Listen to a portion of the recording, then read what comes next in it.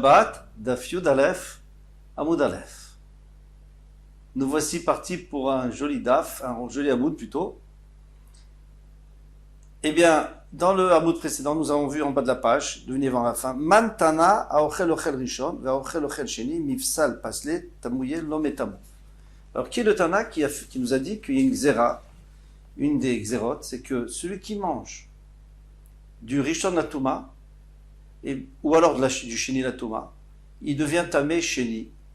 C'est les Chachamim qui ont institué ça, parce que d'après la Torah, il ne redevient rien du tout, parce que quand on touche du Rishon, ou quand on mange, on ne se rend pas Tamé du tout. Donc il n'est pas du tout Tamé. Qui est-ce qui a dit ça? Eh bien, Amarava, Babachana, Rabbi Yoshuaï. C'est Rabbi Yoshua, parce qu'on sait qu'il y a une marloquette entre Rabbi Yezer et Rabbi Yoshua, qu'on va voir tout de suite, et que d'après Rabbi Yezer, ce ne sera pas exactement la même chose. Comme on a vu dans une Mishnah, Rabbi Yezer dit, Ochel Rishon, celui qui mange de la nourriture qui est Rishon Latuma. Rishon, lui devient Rishon. Donc déjà, c'est pas lui. Pourquoi? Parce que nous on a dit qu'il devient Sheni. Ochel Sheni, celui qui mange Sheni, Sheni. Il devient Sheni. Ochel Shlishi, Shlishi. Celui qui mange du Shlishi, eh bien, il est Shlishi. Et comment il fait pour manger du Shlishi? On n'a pas le droit de manger du Shlishi. Si c'est du Choulin, alors c'est jamais Shlishi. Et si c'est du... Parce que le Choulin, ça s'arrête à Sheni.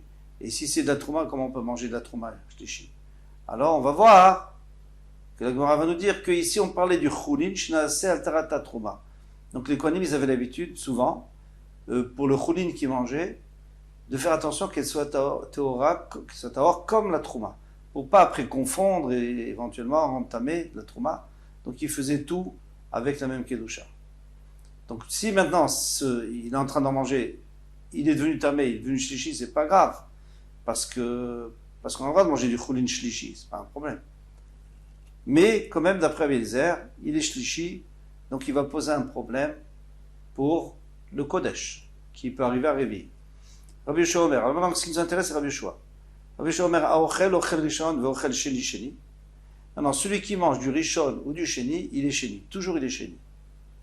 Shlishi, Sheni la Kodesh, Ven Sheni la Trouma.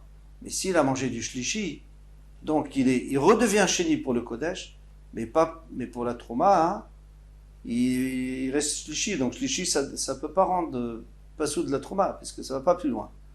Alors maintenant, pourquoi est-ce qu'il devient Sheni la Kodesh, puisqu'il a que mangé du Shlishi? Parce qu'on a peur que ce Sheni-là, que ce Shlishi-là, de Trouma, on ne fait pas confiance, parce que comme on l'a gardé pour la Trouma, hein, c'est pas une garde aussi forte que pour le Kodesh. Donc nous, on nous a dit, tu sais, tu es Shlishi.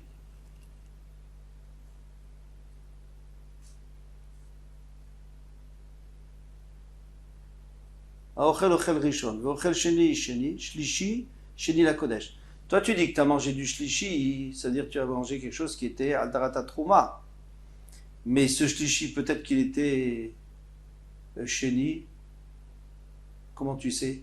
Parce que pour les coachim, on fait beaucoup plus attention. Donc c'est possible qu'il n'était pas vraiment ce que tu penses, qu'il était plus chamour. Donc on considère que tu es Sheni. Alors, Bechulin Shenasu Altarata Kodesh, on a déjà expliqué. Maintenant, Ochel Ochel Rishon, Ochel Ochel Sheni, Maïta Magazou Berabanan Touma. Maintenant, il faut essayer de comprendre pourquoi est-ce que les Chachamim, ils ont dit qu'on était tamé quand on avait mangé du Rishon ou du Sheni. Normalement, on ne devrait pas être tamé du tout. Il désigne Indachil Ochlin Mashkin, Ochlin Tevin. Parfois, il va manger de la nourriture qui est tamée, qui est Rishon ou Sheni. Vishakil Mashkin de Trouma, il va prendre une boisson de Trouma pour accompagner, du vin, du jus de pomme. Vishadil Poum, il va mettre dans sa bouche, ou pas s'il est où, il va rendre Passoul la Trouma. Et donc la Trouma, il n'a même pas le droit de la manger, il doit la brûler. Il n'a pas le droit de rendre Passoul la Trouma. Alors, pour ne pas arriver à ça, eh bien, on a fait une takada que chaque fois que quelqu'un mange un ochel tamé, que ce soit du Rishon ou du Sheni, eh bien, il n'a pas le droit de manger de la Trouma. Donc on lui dit, tu es tamé. Alors on peut demander, mais s'il mange du Rishon, on n'a qu'à dire qu'il est Rishon. Comme Rabbi Eliezer a dit que Rishon. Il est Rishon, on dit qu'il est Sheni. Eh bien, la réponse c'est que Si on dit ça, hein, les gens ils vont pas faire confiance. Ils vont dire, depuis quand un Rishon devient Rishon?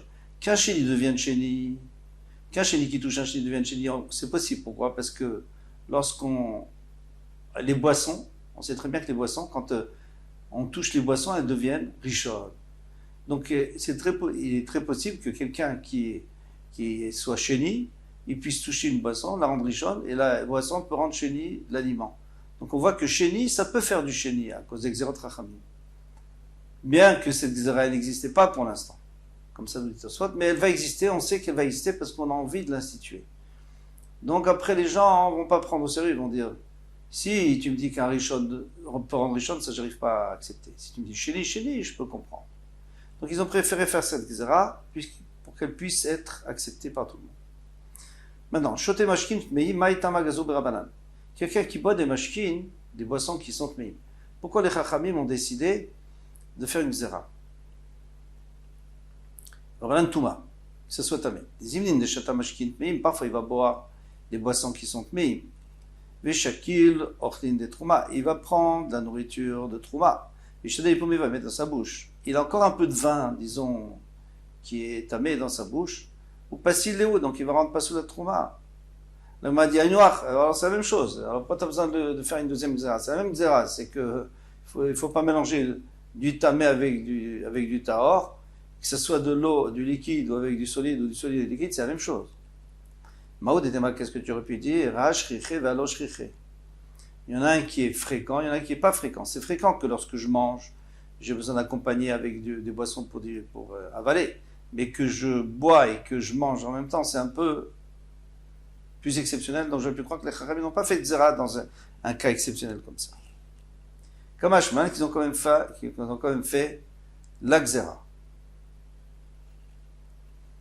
Maintenant, Verbarosho Verubo Bemaim Shuvim. Maintenant, quelqu'un, alors ça c'est encore une autre Xéra qu'on a faite, là, des 18 Xérot, quelqu'un qui se lave avec des maïm Shuvim, avec de l'eau puisée. Alors, on sait que pour se rendre tahor, il faut aller dans un mikvé. Le mikvé, c'est de l'eau de pluie, ou d'autres sources. Maintenant, celui qui se lave avec de l'eau puisée, ça sert à rien, d'accord, ça sert à rien. Mais ici, on est en train de nous dire qu'il va être tamé.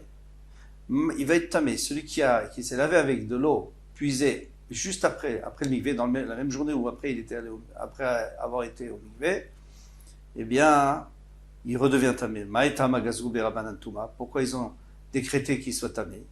Amarav Bibai, Amarav Vassi, Dion Ravassi, chez Vitrila, il est devenu Marot. Avant, on allait dans les eaux, dans les grottes, Birchunassim, où il y avait de l'eau qui stagnait, des pluies qui s'écoulaient dans les grottes et des puits. Ou Srouchim, elles sont sales, elles sont très sales, parce qu'à force de stagner, à force que les gens rentrent dedans, ça devenait très très sale. Donc quand ils sortaient, on leur versait, ou ils se versaient eux-mêmes, de l'eau puisée. Il y avait une réserve d'eau puisée, propre, et on se nettoyait. Alors eux, ils ont dit, c'est devenu la norme. C'est pas qu'une fois on allait se laver. Tout le monde, chacun qui allait au mikvé, ils allaient se laver après. Alors ils ont décrété que celui qui faisait ça, il devenait tamé. C'est-à-dire tout ça lui a rien servi, le mikvé lui a rien servi. Maïkeva. Qu'est-ce qu'ils avaient fait de spécial pour que ça devienne fixe? Amar Rabaye, Shayomrim, Lo, Elu Metarim, et là Elu Velu Metarim. Les gens ont commencé à dire, vous savez, c'est pas que les eaux du mikvé qui nous purifient, mais aussi l'eau qu'on verse après. Demande la Gemara, Amar les Rabbar, Rabbi Dimaï Nafkamina, qu'est-ce que ça peut faire? D'accord, alors les gens ils ont qu'à faire ça, ils pensent qu'il faut les deux. L'essentiel c'est qu'ils pensent qu'il faut les deux. Comme ça au moins ils vont au mikvé. Hakatavle, pourtant ils vont au mikvé Bernard, dans ces eaux-là. Et là, Amar, Rava dit, Shayomrim Lot, Elu Metarim, et là Elu Metarim. Non, ils sont arrivés à dire que c'est pas ceux-là qui rendent tahor, c'est pas le mikvé, mais c'est l'eau qu'on a puisée. Et alors, il y en a qui vont rester chez eux à la maison, ils vont verser de l'eau, et puis c'est terminé. Alors, on a tellement peur de ça qu'on a fait une takana. Demande tous les mefarshim, mais ils sont bêtes ou quoi? Ils pensent qu'on va dans les grottes là-bas pour se salir, pour après se laver, mais en fait, les grottes, on n'avait pas besoin d'aller, alors pourquoi on est allé? Il y a plusieurs réponses. Le Rambam, il donne une réponse vraiment très très simple. Il dit que c'est sûr qu'il comprenait qu'il fallait aller aussi dans la grotte. Mais il pensait que l'essentiel, c'était après, l'eau propre. Comme ça, il pensait, c'est logique. Alors maintenant, qu'est-ce qui se passe? Quand il va au mikvé, il n'a pas la kavana. Et nous, on sait que pour la trouma ou pour le kodesh, on a vu dans Chagiga, il faut avoir la kavana. Pourquoi tu vas au mikvé? Donc s'il n'a pas de kavana, parce que lui, il garde la kavana pour quand il se mettra de l'eau, parce que pour lui, c'est ça l'essentiel. C'est le hika. Et donc finalement, il ne pourra pas manger de la trouma et du kodesh. Donc on n'a rien gagné.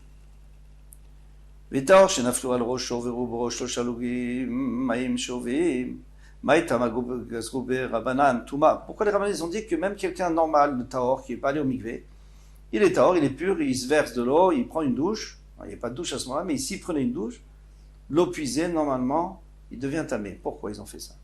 Parce que si on n'avait pas fait cette takana, eh bien le takana n'aurait pas tenu. Pourquoi? Parce que moi j'aurais dit, attends, tout le monde se lave.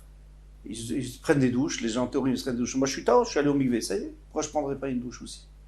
Et donc les gens prendront des douches juste après le mikvé, puis après on reviendra au problème de mikvé, que les gens pensent que c'est la douche l'essentiel. Très bien, on pourrait se poser la question, et alors, dans ce cas-là, pourquoi est-ce que c'est seulement quand on verse de l'eau sur nous, mais pas quand on va dans le bain? On voit bien que tous les bains publics, il y a des gens qui allaient, on ne disait pas qu'ils devenaient tamés. Premièrement, c'était pas exactement comme là-bas. Dans les grottes, on leur versait de l'eau. Et pas vraiment où mettre de l'eau. Sinon, peut-être qu'elle aurait été sale aussi. Donc on leur versait de l'eau pour qu'ils soient propres. Au bain, c'est différent. Deuxièmement, on ne peut pas faire une takana que les gens ne peuvent pas suivre. On ne peut pas dire à quelqu'un, tu vas jamais au bain public, parce que si tu vas au bain public, après tu es obligé d'aller au mikvé. Et après que tu es allé au mikvé, tu es sale. Alors qu'est-ce qu'on a gagné? Donc, puisqu'on ne peut pas, ils n'ont pas été métaken, et c'est pour ça. Aujourd'hui, tout est différent, c'est qu'on prend la douche. Donc, normalement, ça devrait être un problème, sauf qu'aujourd'hui, on ne va pas au mikvé parce qu'on est avec, parce que de toute façon, on ne pourra pas enlever notre touma. C'est un autre din, c'est un autre din. Alors après, pour les femmes, oui, ouais, c'est un problème, ça peut être un problème, bien sûr. Vesefer. Dans le Sefer, pourquoi les Chachamim ont institué que après avoir touché un Sefer Torah, Nach, Ktuvim, parchemin, eh bien, on est tamé. Les mains sont cheni la touma. On ne peut pas toucher la touma, on ne peut pas manger la touma.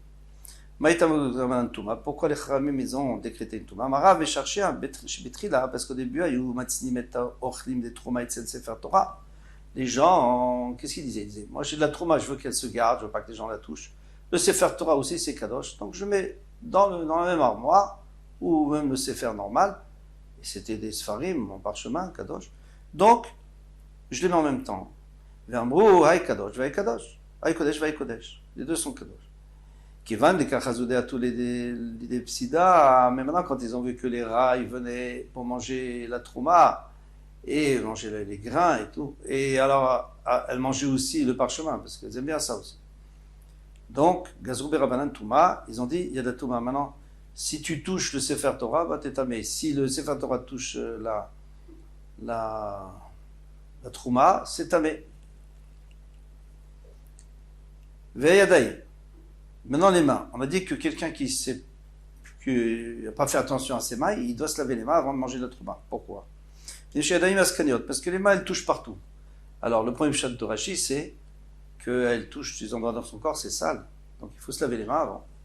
On comprend très bien. Il dit, rabotez-nous. Et mes maîtres, nos maîtres, ils ont dit que c'est, peut-être qu'il a touché un endroit qui est tamé, il a touché de la touma quelque part. Alors, il faut se laver les mains là-dessus. Il y a 3 questions. Premièrement, s'il a touché un endroit tamé, il n'est pas chez lui. Il peut avoir touché un chéretz, il est richon. En plus, ça ne sert à rien de se laver les mains. Il faut aller au mikvé. Alors, qu'est-ce qu'on a gagné de se laver les mains? Et une troisième chose,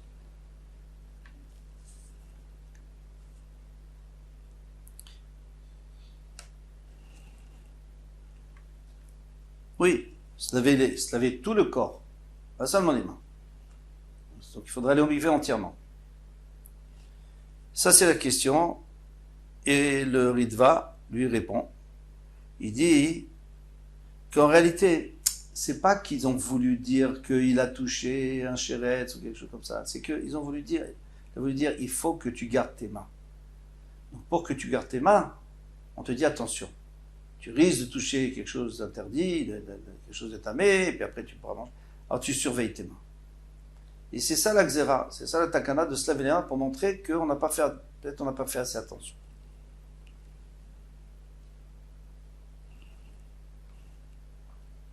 Mais ça, on n'est pas allé si loin pour dire que tu vas aller au mikvé ou que tu vas te tremper le corps entier, non. L'agma a dit, Tana, Baot, Mechamat, Sefer, Poslot et Trouma. Il dit, même les mains qui ont touché un Sefer, Poslot et Trouma. Ils ne rentrent pas sous la Trouma. Parce que normalement, la Xéra, c'était pour qu'on ne mette pas ensemble. Donc, il ne faut pas que la Trouma touche un Sefer. Mais moi, si je touche un Sefer, qu'est-ce qui va se passer? Et même admettons, et quel Touma je vais avoir? Et puis après, si je touche la Trouma, qu'est-ce qui va se passer? Il dit non, je suis possède l'état Trouma, Mishum de Rav Parnach. À cause de l'histoire de ce qu'il avait dit Rav Parnach, d'Amar Rav Parnach, Amar Biochanan, Aochet Sefer Torah à Rome, celui qui tient un Sefer Torah qui n'est pas vêtu, le Sefer Torah n'est pas vêtu, ça, il n'y a pas la mitpachat, le tissu dessus, eh bien, on appelle ça le manteau, eh bien, Nikvar à Rome. Alors lui, quand il va y être niftar, on l'enterrera nu. À Rome, Salkadatar, tu penses vraiment qu'on va... C'est quoi, c'est sûr, c'est pas vrai. Parce qu'on peut pas, la Chevra Kadisha n'acceptera jamais, d'abord, d'où elle va savoir qu'il a touché un Sefer Torah, mais elle acceptera jamais de mettre quelqu'un nu. On doit toujours mettre des tachichim, des habits. Et en plus, c'est mieux quelqu'un qui serait nu parce qu'il retournerait plus rapidement à la terre et souffrait moins que s'il a des habits sur lui. Donc c'est pas ça le pshat. Et la marabizera arum belo mitzvot. Il aura plus de mitzvot. Il demande à Gemara belo mitzvot, c'est le cas de il a perdu toutes ses mitzvot juste parce qu'il a touché un sefer Torah sans prendre un talit ou sans prendre un manteau. Et là, arum belo ta mitzvah. Donc il n'aura pas la mitzvah qu'il était en train de faire. Lui, il était en train de faire une mitzvah. Il voulait étudier la Torah. Il a touché à cause de ça le sefer, mais il a perdu. Ou alors il voulait faire la Gelila, la mitzvah de rouler le Sefer Torah, il aura perdu sa mitzvah. Voilà pour ce Hamoud. Kol Touf.